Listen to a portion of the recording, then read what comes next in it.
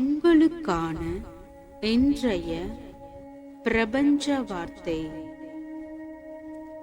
ஒரு ஜீவனற்ற கட்டடம் அமைப்பதற்கு நாம் மிக உயர்ந்த திட்டங்கள் போடுவதை ஒரு முக்கியமான அடிப்படையாக கருதுகிறோம். மாபெரும் ஆற்றல்கள் மிகுந்த நமது ஆன்ம சக்தியை புனரமைக்க, மேன்மையாக்க சில நல்ல நேர்மறையான பண்புகள், பழக்க வழக்கங்கள் மற்றும் பயிற்சிகள் மேற்கொண்டால் சற்றே யோசித்து பாருங்கள். நீங்கள் மேன்மை பொருந்தியவர்கள் ஆவீர்கள். வாழ்க வளமுடன்.